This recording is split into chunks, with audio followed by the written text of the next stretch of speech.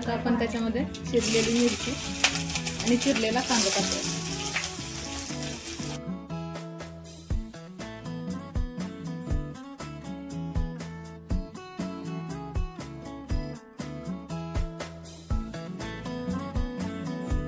आपण शेवई भाजून घेतलेली आहे.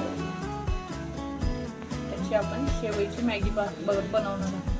कांदा असा लालसर होईपर्यंत भाजून घ्यायचा.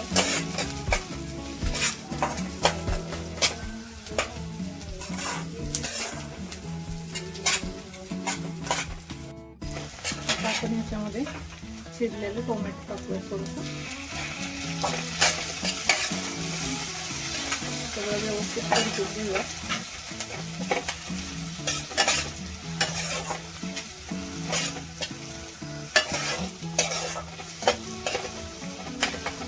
आपण याच्यामध्ये थोडीशी हळद टाकूया.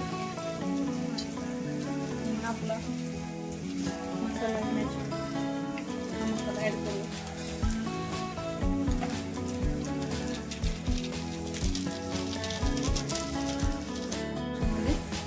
चवीनुसार मीठ टाकलेलं आणि आता याच्यानंतर आपण याच्यामध्ये उकळलेलं पाणी ऍड करूया.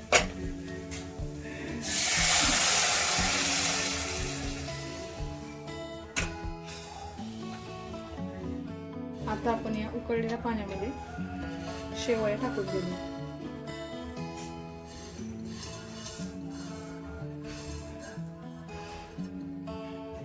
सगळं एक मिश्रण करून घेऊ.